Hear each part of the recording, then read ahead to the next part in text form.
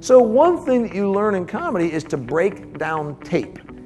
We don't have tape anymore, it's digital, right? It's not videotape or audio tape like it used to be, but the best way to get good is to go back to your room right after your set and sit down in your hotel room while it's fresh in your mind, hence the immediately part of it, and do it every time you do a show, hence the regular part of it, and sit down there and break down that tape and write down how many laughs, how many chuckles, how many minutes did you take to deliver that new bit? If you got 3 laughs and it took you 3 minutes, that should only be a 1-minute bit that gets you 3 laughs in 1 minute. That's called tightening the act. That's called efficiency, as Seinfeld calls it.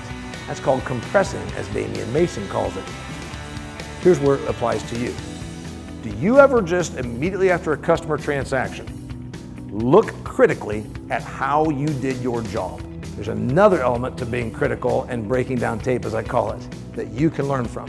When you break down tape, it forces you to look at your business from your customer's perspective. And that's the strongest thing ever.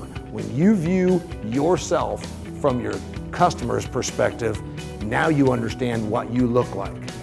What's your image? You think it's no big deal the truck looks like it just got done with a demolition derby? Does your customer want that sitting in their driveway? You think it's no big deal you fixed their furnace, but you also showed up an hour and a half late. The woman had to stay home and miss part of her job because the husband was traveling and you show up an hour and a half late. You didn't value her time. Look at yourself from your customer's perspective and I'll bet you will finally realize, you'll realize there are some things that you should cut, there are some things you're doing wrong, and there's some things you absolutely need to improve upon.